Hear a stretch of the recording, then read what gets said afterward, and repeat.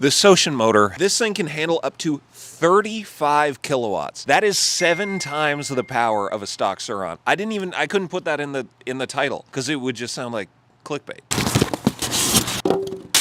Oh my God, that's heavy. Look at this thing, dude. Whoa, dude, it spins so freely. I should probably be really clear. Putting this motor in Ronald isn't gonna make him like 7 times faster automatically. I come from a car background where the motor is the thing that makes the power. On a Surron, your controller is kind of the boss. Your battery, which isn't in there right now, that has all the power stored, and then the motor just kind of does whatever the controller tells it to. The problem is, when you start running a bunch of power with an upgraded battery and an upgraded controller, you can actually melt the motor. Like, literally the pieces in this thing can melt. This is kind of a weird upgrade for me because I only run like 6 kilowatts. Why would I need like the world's craziest Surron motor for Ronald when we just do wheelies most of the time? What's that? I don't where that goes. Oops. Oh shit. This is the stock Surron motor. God, this thing is heavy. Ow. That is a Sotion. That is a good, what, inch thicker? This seems to weigh, oh my God. This is probably 3/4 the weight of this, if I had to guess. It should be able to generate more torque at the same amount of power. The other reasons I want to run this, even if I'm not running a ton of power, one, I will run a ton of power pretty soon. I'm gonna be testing this with a stock battery in this video. I might have something in the works pretty soon. So the other reason that I would want this without running a ton of power is it's supposed to be crazy smooth. Look at how the stock motor turns. It takes a lot of effort. It's like chunky. You can feel that when you ride the bike at low speeds. It's really kind of like but this, check this out. Oh my God.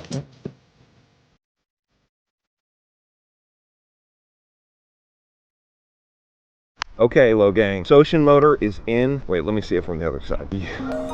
It looks so good. The dark gray looks so sick. Last night I had a support call with GLE. They updated the firmware so that it could talk to this motor. It feels, I haven't done a pull yet, but it feels different already. So this motor is an encoder motor. Doesn't really matter what that means. I just needed to tell the controller that it needs to talk differently with the motor. I think the motor also can be run as a hall sensor motor, which is kind of sick. First impressions, super smooth. It also sounds a little different. Sounds like a pod racer, dude. I have all the exact same settings. Stock battery, 6 kilowatts, 430 phase amps, and I think 10% field weakening. Doesn't matter what that means. Let's just see how it feels. Oh. Whoa. All right. Even on really low power settings. Hold on, let me do that again. Okay. Whoa. Jesus. It's official. It rips. On the exact same settings, it feels like, whoa, like Meteor. I take that back. It feels stronger all the way through, and it keeps pulling. Stock motor kind of like runs out of juice and doesn't give you a bunch of torque down low. This is way more torque. Holy shit. Enough talk. Let's see how it wheelies. Oh yeah. Oh. Oh, that comes up so much easier. Wow. Can't really feel the extra weight, honestly. Whoa. Wow. When you're already going kind of fast and you hit the throttle, it like punches you. Like you can feel the torque. Yeah. Yo. That was almost bad.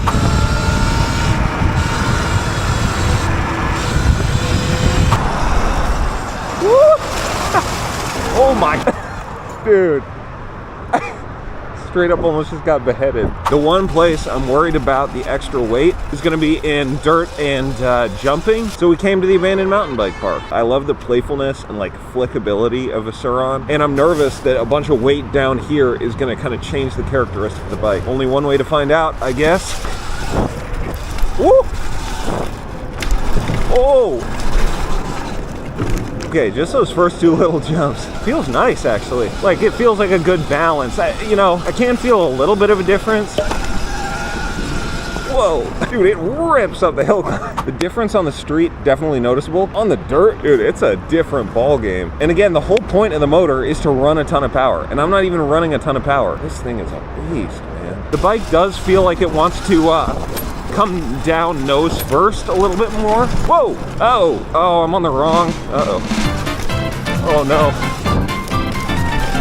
I hit the wrong line. I don't know where anything is. It really wants to break traction. I'm not used to it yet. This is line I meant to hit. Whoa.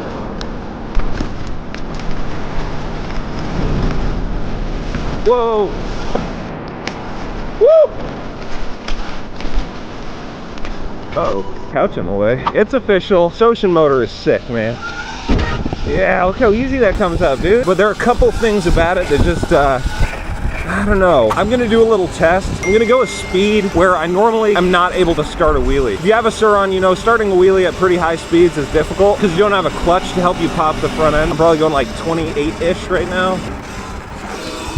Oh, not a problem. Wow.